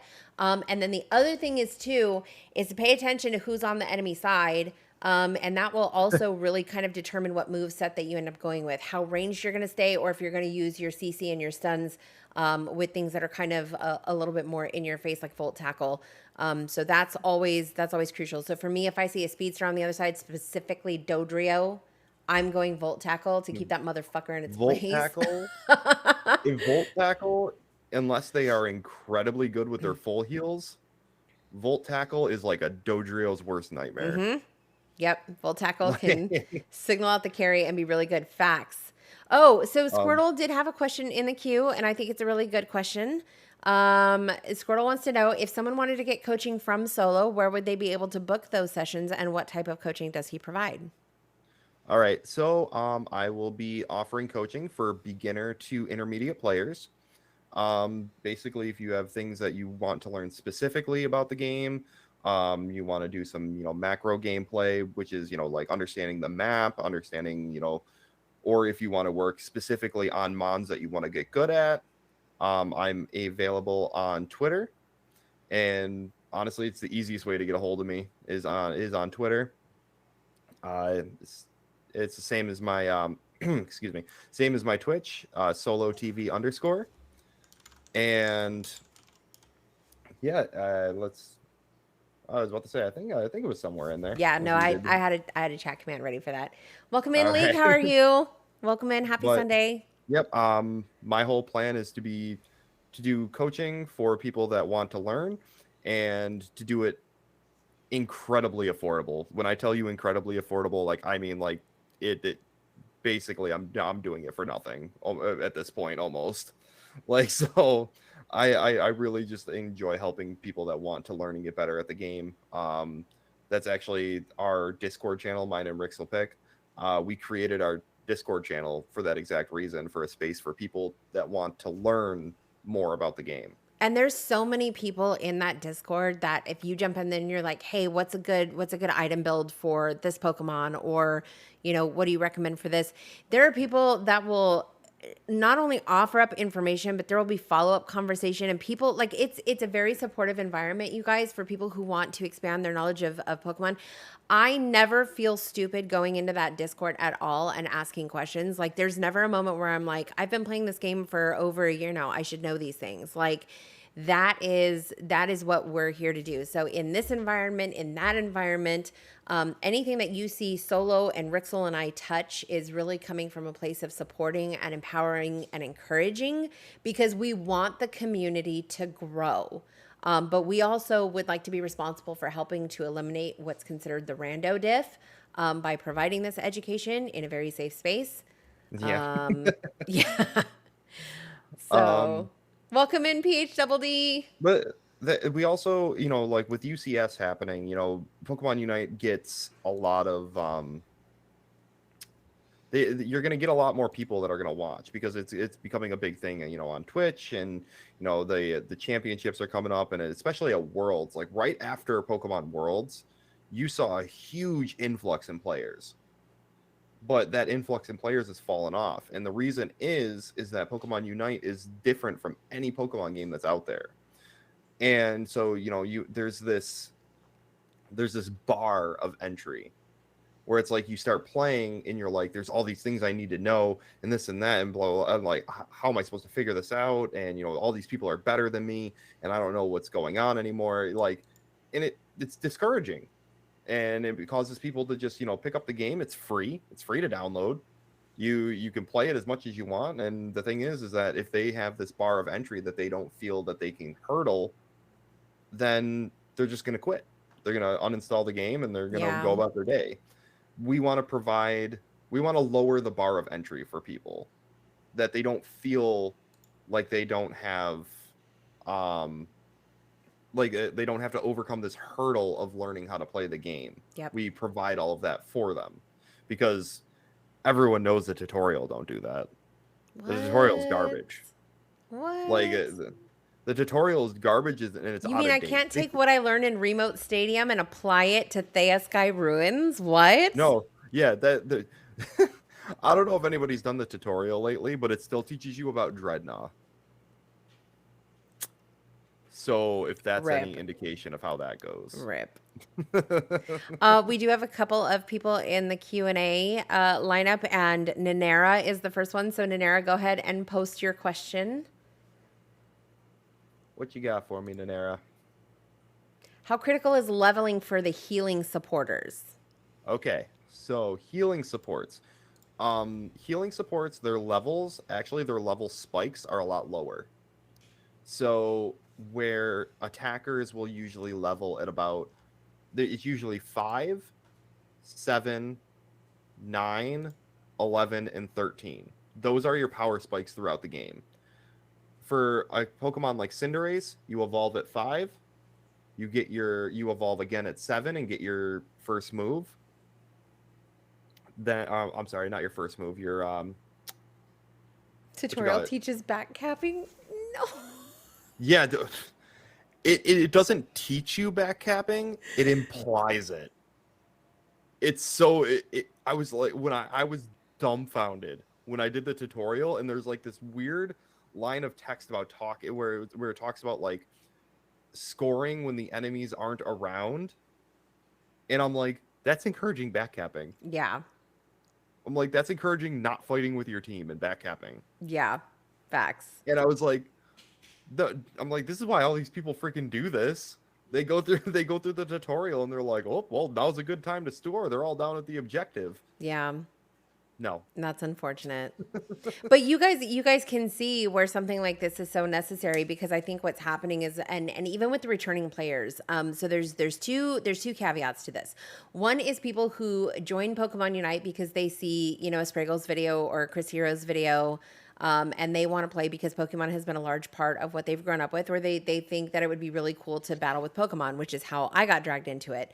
But they go through the tutorial and they're really just taking the basic principles that they got from the tutorial and trying to apply that, in a map that doesn't they're taking training from a map that no longer really exists, to another map where the macro plays are a little bit more complex, and so it doesn't really work. And then they're off farming and scoring, because in the practice simulator, in the tutorial, you're not dealing with 10 whole people. So I think there's that, but then there's also the amount of returning players. And I don't know about you guys, but I have seen an influx of people with the returning player symbol next to their name, which is great, because what that means is people are coming back to the game. People who had walked away from the game, probably during the era when people were claiming that the game was dying, are coming back to the game. And I think that it's very, very important that there's an understanding. Like Kimmy, for example, Kimmy hasn't played Unite with us for quite some time. And that's just because they've been focused on, Overwatch, because they've been doing things with their team. But let's say Kimmy wants to come back and they want to play Pokemon Unite. If Kimmy hasn't played since Remote Stadium, Kimmy now has to adjust and learn an entirely different map and an entirely different strategy. And now there's all these new Pokemon out that they really have no clue about and how to counter them or how to use them. And so I think continuing education in Unite is key at this point. And for us, what we want to do is we want to do two things. One is we want to give people who are returning gamers or new gamers a safe space to come in and learn about the game before you get out there and get trashed on Twitter and have your API doxxed. And two is, again, reduce the rando diff. So if there's anything that we can do with this series to kind of help eliminate that, and make you guys feel more comfortable with branching out and trying different mons and exploring different things and understanding your held items and your movesets, then that's realistically what we're here for. And that's what we're hoping to accomplish. All right. But going back to Nanera's question, honestly, when you are playing a support, a healing support, or a defender, or a tank, your goal should be to get to level 11. Level 12 is really the sweet spot, because that for healers, that's where they cap out. That's where they get their second plus move. If you look at Clefable here, it gets gravity plus at 12. And then, you know, like its other move, I think it gets Moonlight plus at 10.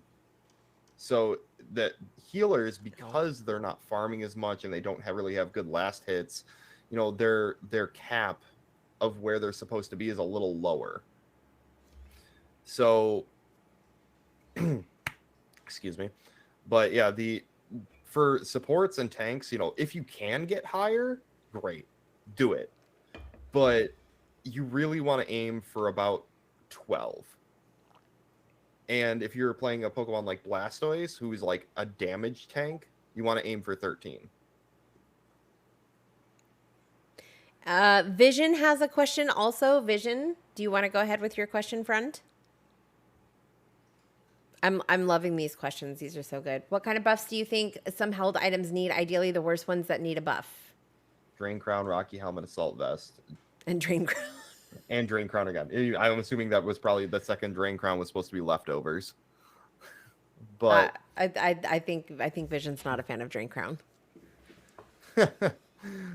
All right. So Drain Crown, it needs to do more. You need to be able to so what Drain Crown does is that on your basic attacks and only your basic attacks, it gives you life steal.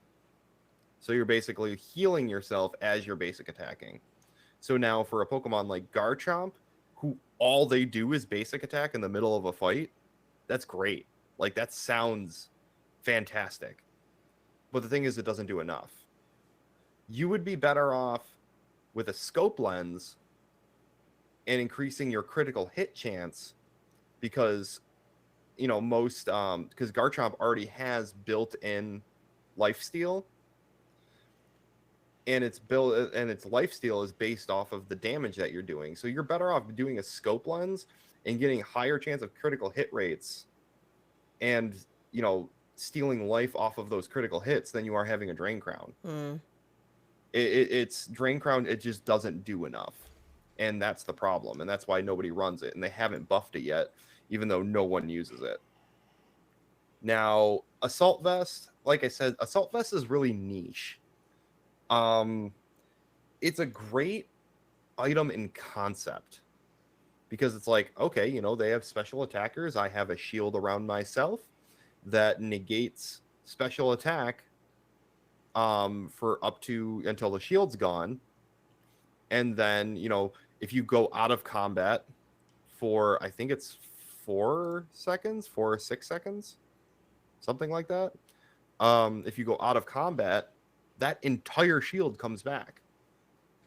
But now, in a blind pick meta, what I mean by blind pick is that you can't see what your opponent's picking.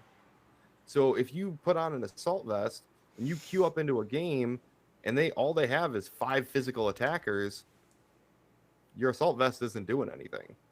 So it's a good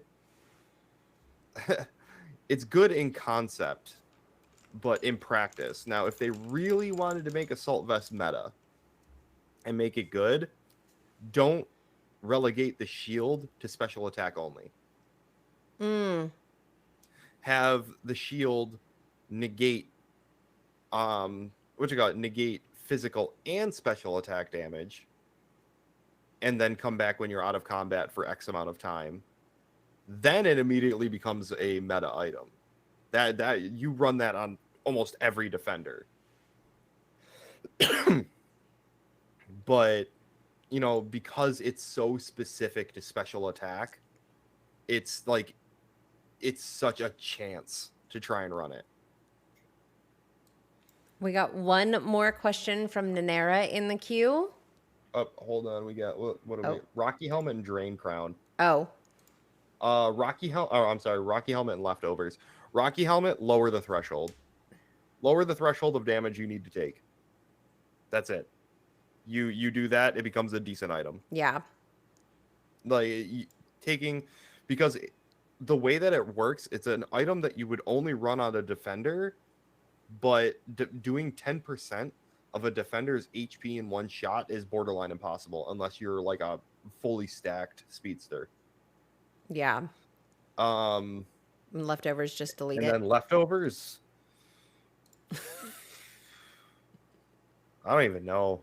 Leftovers, because you don't want to buff the healing too much, because then people are just going to sit out of combat and just get their whole health bar back. Right. The problem with leftovers is the size of the stage. The stage is so small compared to like other MOBAs.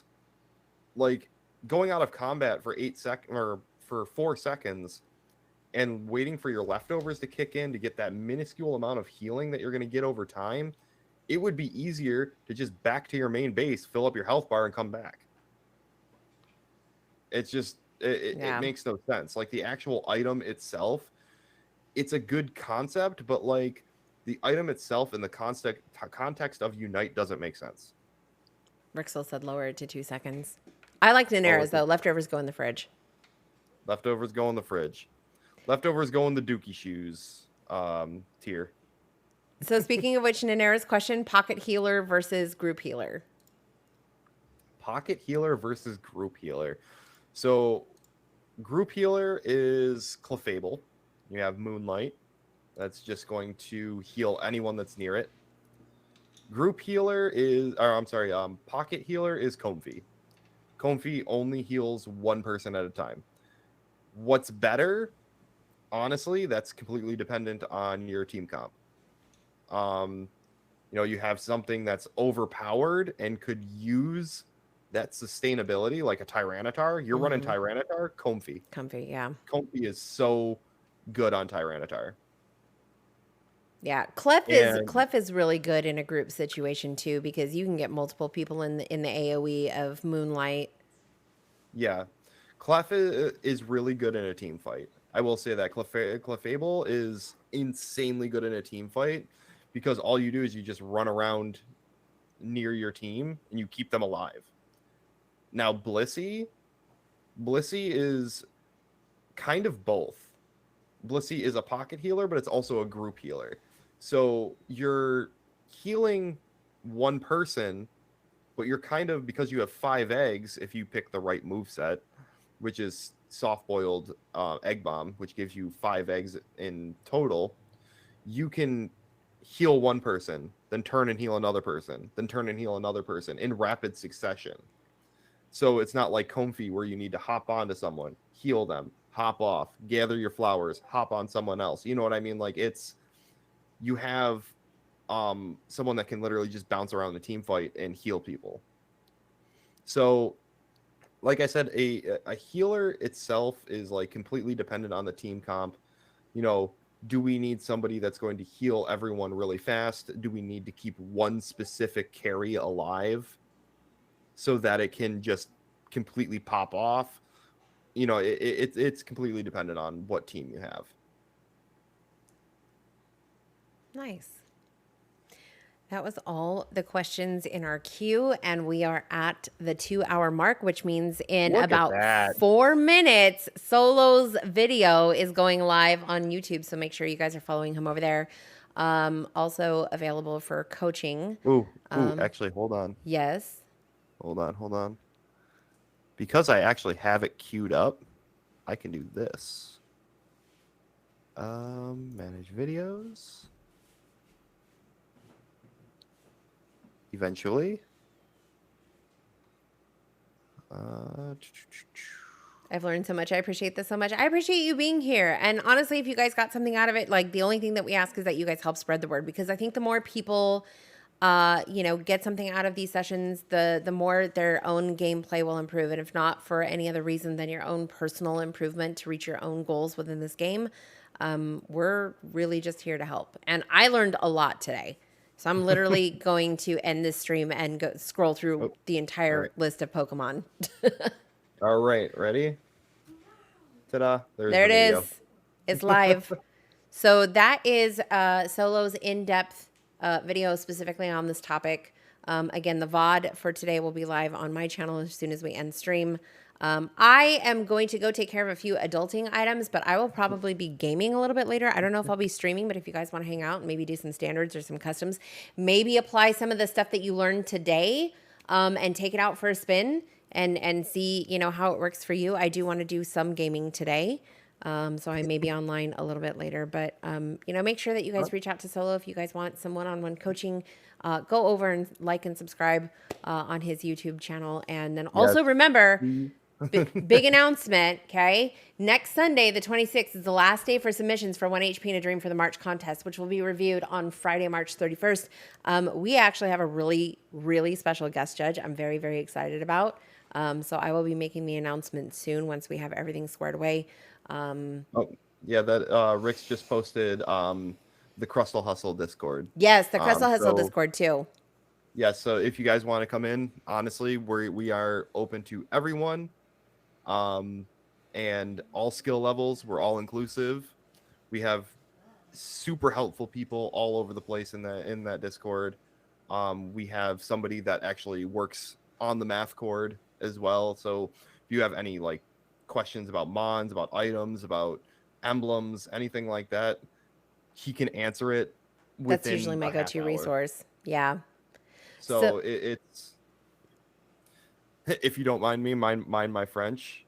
If you go into our Discord and type @fucking_nerd, that's his role, @fucking_nerd. And he's so good about answering questions too, and he's so extremely helpful. It's honestly one of the best resources out there, you guys. So there's so much education, available for you guys here, and so much help. And then honestly, the experience that SoLow and Rixel have with this game, you guys, if they're offering you a seat at their table, sit down and eat, please.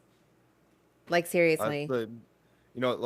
We've been playing since day one. We've seen this game evolve, and we have learned along with it. Honestly, this is Rixel's first MOBA, and he learned so much about it just by doing his research and things like that. And both of us are, more than willing to give our knowledge to anybody that asks for it.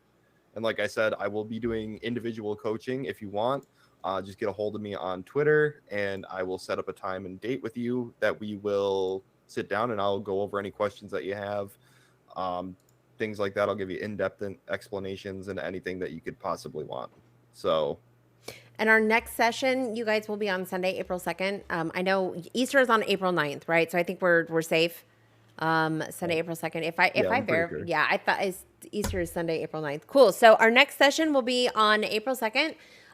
We will release ahead of time what we're going to be talking about, so that you guys are prepared. And then just, like I said, just make sure that you guys spread the word. We only, ask you to come spend your time listening to us talk about things like this for a couple of hours once every other week. But at the same time, if you guys are getting stuff out of it, then that's really what we're here for. So yep, that's what we're here for. That being said, I want to do something really cool. We're going to go raid Scolded because he's live. Scolded is another phenomenal Unite gamer who's very chat interactive. He's extremely based and answers a lot of questions. He's actually very interactive with his chat and very willing to connect with other Unite gamers as well too. So we're going to go raid Scolded if I can get my keyboard to work.